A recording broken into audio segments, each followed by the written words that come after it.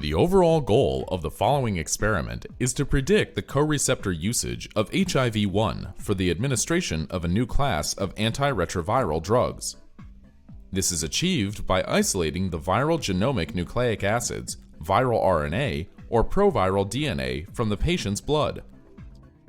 Following amplification of the envelope region, the viral V3 region, which is the main determinant for tropism, is amplified by nested PCR.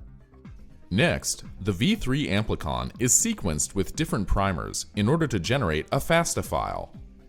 Results are obtained that show the viral tropism and coreceptor antagonist susceptibility based on the false positive rate, or FPR, as obtained by the online interpretation tool Genotypic Coreceptor.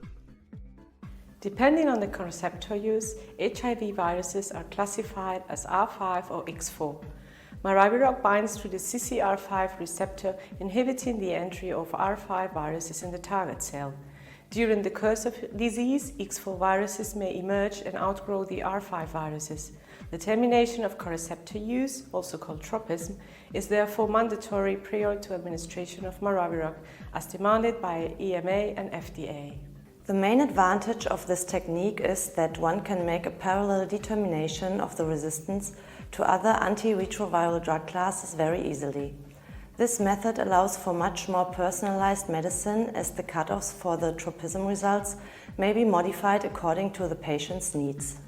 We first had the idea for this method at the beginning of the 90s, when we wanted to know the molecular basis of the different cell culture growth of HIV strains and their disease progression in patients. Demonstrating the procedure will be Gerd, a technician from our group.